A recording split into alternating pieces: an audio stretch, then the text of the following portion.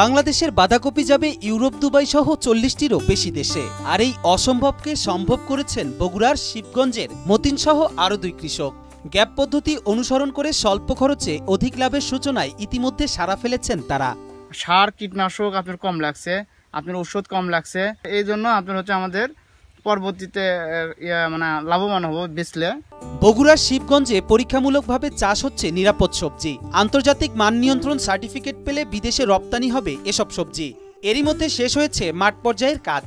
Mulching film পদ্ধতি gap অনুসরণ করে কৃষক উদ্যোক্তাদের বিশেষ প্রশিক্ষণ দিয়ে আন্তর্জাতিকভাবে মাটি ও পানি পরীক্ষা করে চাষ করা হচ্ছে এসব সবজি। দেখা যাচ্ছে যে স্বাভাবিক কৃষকরা যেভাবে সার ব্যবহার করে তার চাইতে অর্ধেকেরও কম সার কিন্তু এখানে লেগেছে, অর্থাৎ সুষম মাত্রায় সার ব্যবহার করা হয়েছে।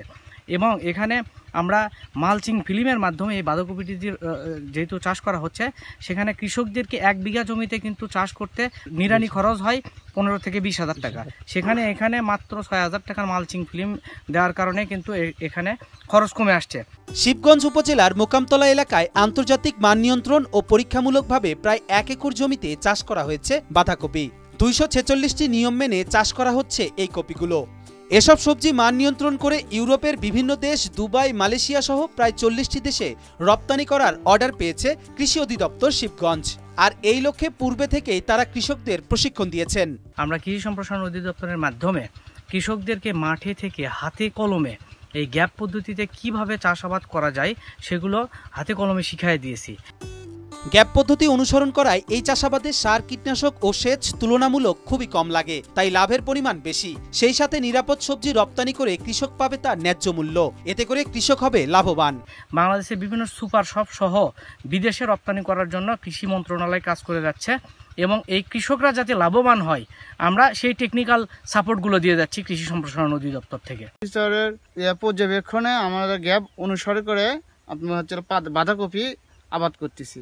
কীটনাশক আপনার কম লাগছে, আপনার ওষুধ কম লাগছে। মালচিং পদ্ধতিতে ব্যবহার করার মূল কারণ হচ্ছে যাতে জমিতে আগাছা না হয়, সারের পরিমাণ কম লাগে এবং সেচ ব্যবস্থাপনা কম লাগে। স্থানীয় কৃষি অধিদপ্তরের পাশাপাশি বাঁধাকপি পর্যবেক্ষণের জন্য বাংলাদেশ কৃষি গবেষণা কাউন্সিল শস্য বিভাগের একটি টিম সবজি ক্ষেতটি সর্বদা পর্যবেক্ষণ করছেন। তারা এই গ্যাপ পদ্ধতির মাধ্যমে চাষাবাদে লাভবান হওয়ার পাশাপাশি কিভাবে অর্থনীতিকে চাঙ্গা করা যায় তার লক্ষ্যে সর্বাত্মকভাবে কাজ করে যাচ্ছেন। আমরা ঢাকা থেকে বাংলাদেশ কৃষি গবেষণা কাউন্সিলের পক্ষ থেকে আমরা একটা টিম এসেছি সরাসরি আপনাদের বাঁধাকপির মনিটরিং অ্যাক্টিভিটিস দেখার জন্য। অলরেডি আমরা ফিল্ডে দেখলাম যে খুব দেখতে সুন্দর এবং আকর্ষণীয় এবং বাজার মূল্য পাওয়া যাবে, অর্থাৎ ভিজিবলি খুব সুন্দর, যে মানুষ দেখলে পছন্দ করবে এরকম একটা পজিশনে আছে।